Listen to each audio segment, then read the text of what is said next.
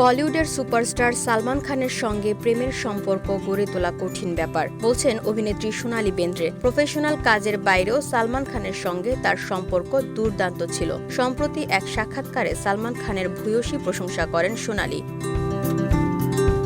অভিনেত্রী বলেন, সালমান তার আসল ব্যক্তিত্ব লুকিয়ে রাখেন। বলিউড বাবুলকে দেওয়া এক সাক্ষাৎকারে সোনালী বেন্দ্রে সালমান খানের সঙ্গে হাম সাথ সাথ হে ছবির শুটিংয়ের কথা স্মরণ করে বলেন, অভিনেতা প্রায়ই তাকে হেনস্থা করতেন। অভিনেত্রীর শটের আগে অদ্ভুত সব ভঙ্গিমা করতেন। বসুন্ধরা, উত্তরা, বনশ্রী, কুড়িল ও বাড্ডা সহ রাজধানীর বিভিন্ন স্থানে অভিজাত ও অত্যাধুনিক মানের ফ্ল্যাট কেনার এক নির্ভরযোগ্য প্রতিষ্ঠান প্লেজেন্ট প্রপার্টিজ লিমিটেড। তাই আপনার স্বপ্নের আবাসনের জন্য আজই যোগাযোগ করুন। Pleasant properties limited, where destiny matches eventually.